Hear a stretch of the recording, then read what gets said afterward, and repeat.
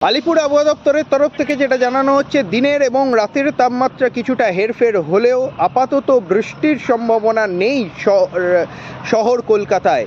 দিনের তাপমাত্রা 30 ডিগ্রি ছুঁই ছুঁই এবং রাতের তাপমাত্রা প্রায় 20 থেকে 21 ডিগ্রি এবং সর্বোচ্চ 24 ডিগ্রি সেলসিয়াসের কাছাকাছি থাকবে, এমনটাই কিন্তু আলিপুর আবহাওয়া দপ্তরের তরফ থেকে জানানো হয়েছে।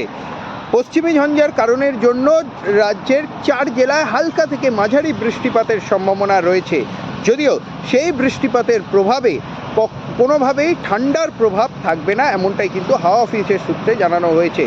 এবং আপেক্ষিক আর্দ্রতার পরিমাণ বেশি থাকার কারণে কিছুটা হলেও অস্বস্তি বাড়বে বেলা বাড়ার সাথে সাথে। উত্তরবঙ্গের ক্ষেত্রেও কিন্তু সেইভাবে বৃষ্টিপাতের সম্ভাবনা নেই বলেই হাওয়া অফিসের তরফ থেকে জানানো হয়েছে।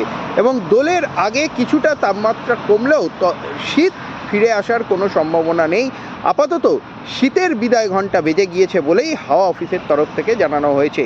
ফলে আপাতত পরিষ্কার আকাশ, দিনের এবং রাতের তাপমাত্রার হেরফের এবং তার সাথে ধীরে ধীরে বৃষ্টিপাত সম্ভাবনা একদমই নেই বললেই হাওয়া অফিসের তরফ থেকে জানানো হয়েছে।